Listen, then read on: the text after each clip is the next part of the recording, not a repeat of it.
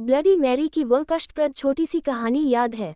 आप जानते हैं कि देर रात को अपने बाथरूम में लाइट बंद करके एक मोमबत्ती जलाएं, दर्पण में देखें और उसका नाम लगातार 3 बार कहें, bloody Mary, bloody Mary, bloody Mary, और आशा है कि आप ऐसा नहीं करेंगे।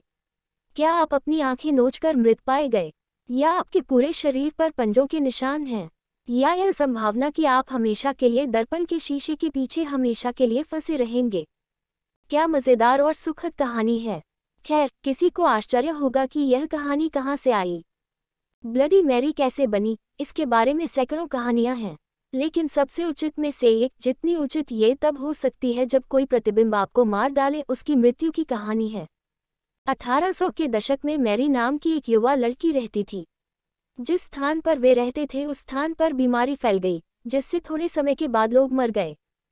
जब चिकित्सकों को नाड़ी नहीं मिल पाती थी या जब वे मृत प्रतीत होने वाले व्यक्ति की नाक के नीचे दर्पण रखते थे, तो उनकी सांसों से हमेशा उस पर संक्षेपण नहीं होता था, तो गिरे हुए को आसानी से मृत मान लिया जाएगा।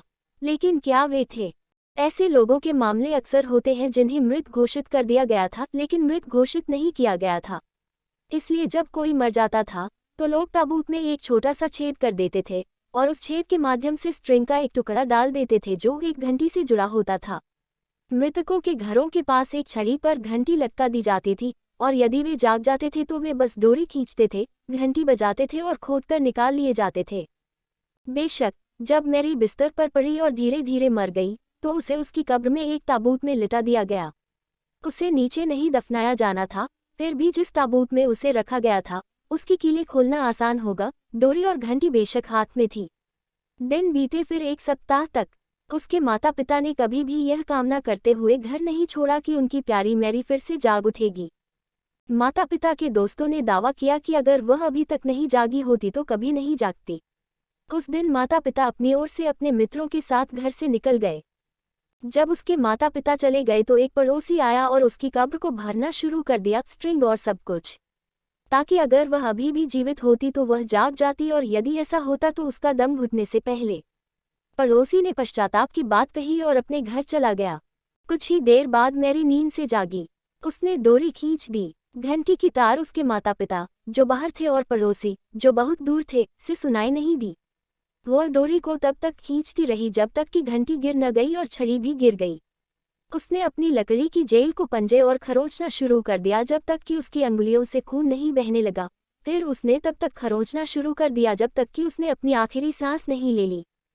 जब माता पिता घर पहुंचे तो पिता को जल्द ही एहसास हुआ कि घंटी मूल रूप से उससे गज की दूरी पर थी, और जल्द ही उन्होंने अपनी पत्नी को बुलाया और उनकी बेटी को खोदने में उनकी मदद करने को कहा। जब खोदा गया तो उन्होंने ताबूत की कुंडी खोली और मैरी को पेट्रीफाइड अवस्था में पाया। उसके हाथ जैसे पंजे खून से सने हुए थे, उसी सफ़ेद पोशाक के साथ जिसमें उसे दफनाया गया था। उन्होंने ये देखने के लिए उसकी नाक के नीचे एक दर्पण लगाया कि क्या उसकी सांसें दिखाई दे रही हैं।